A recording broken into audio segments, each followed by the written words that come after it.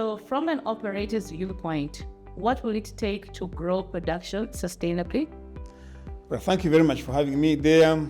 Like we said earlier on this morning, to sustain mining production requires a constant flow or availability of mine ore. That in itself requires that you have a well-established source because they've explored, because the area is explored. So Zambia must be explored.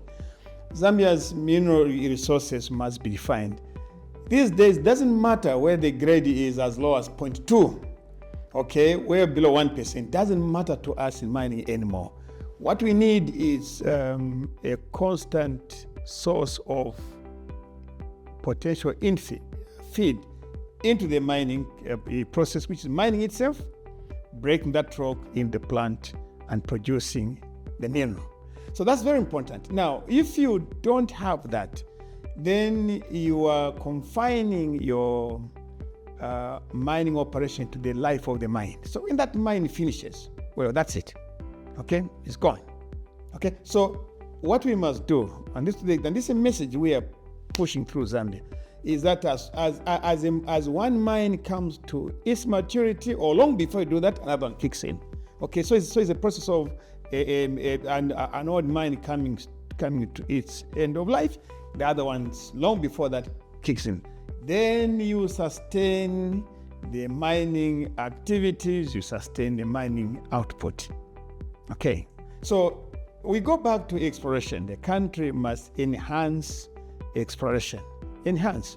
And when exploration numbers are made available, data is made available, if it's sitting at government, the government must make it available to investors. That's what this meeting is all about. As you must have heard me, and I keep on saying this since 2010, when this business, or when ZIMEC started, this investment forum is essentially to use a very loose way, to recruit investors. So you show them what's available, and then motivate them to jump on the bandwagon. In that way, you recruit them. So they don't go back, but they go back and come back. Okay, they go back, come back, and find the reason to get into exploration, to get into mining development, or be part of the value addition. We must also say this, and I hope that this will come through this particular forum is now this year. We also need to consider how at this time, part of the mining activity is value addition. So an investor doesn't have to come to them thinking, I'm going to mine. No, there's copper here, there's nickel here. Okay, there's gold, there are things, there are minerals here. Why doesn't an investor come and pick it up from there? So to sustain, in short, to sustain, you must have a continuous availability of mineral, high-tech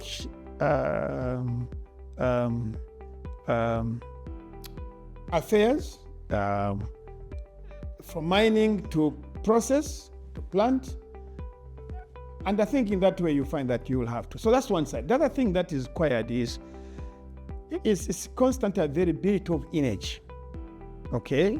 You can't run a mine without power. Okay? You can't. But here we are glad that Zambia has revised its policy in the energy sector. So we are sitting good. It's up to people that can generate electricity to give it to us. And maybe finally, it's the whole issue of being able to find people to work for you. Although, okay, they were talking about machines working for you, but we hear this part of the world in mining for a long time to come. We'll still be talking about availability of skills to be part of this high-tech hype that we are on about now.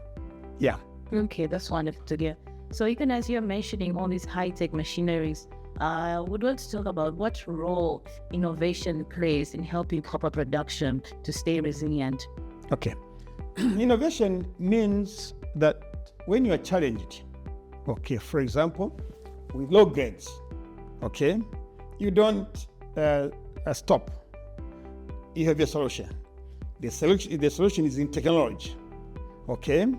And And once you go over that hump, then and the process is up and running, you still need to be able to innovate the whole chain of mining.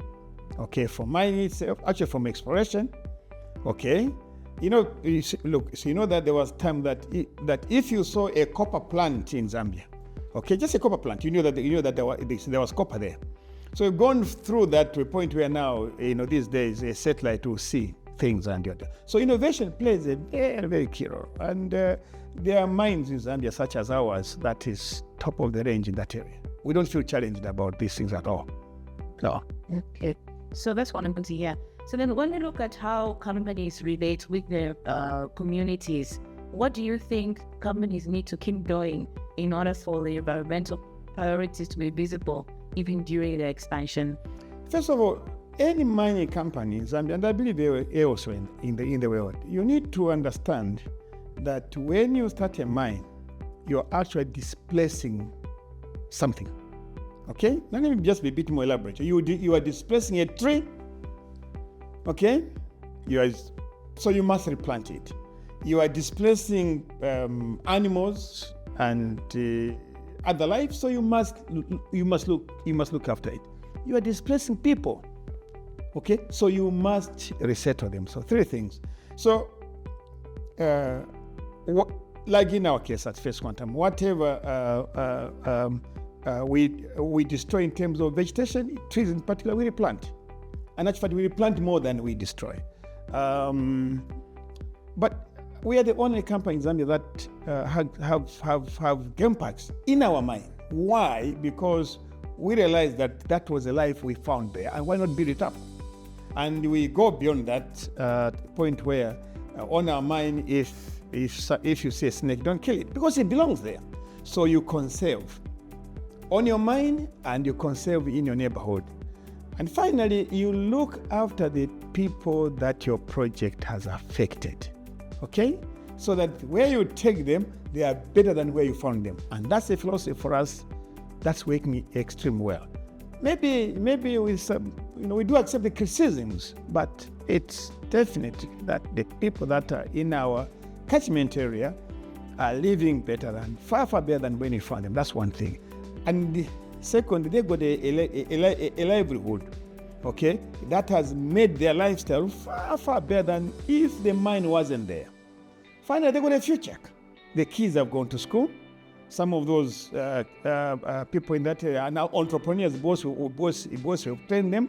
We build communities, we build schools, we build hotels. We have brought life into a place where if we did not go there, for example, Trident, if you didn't go to Kalumbila, what would have happened? You know Sorez very well. If you compare Sorez to 20 years ago, it's day and night. Okay, why? Because the mining industry there. So we are very sensitive to how we handle the living entity in our area, where they be trees and animals, forest and animals, or whether it's human beings.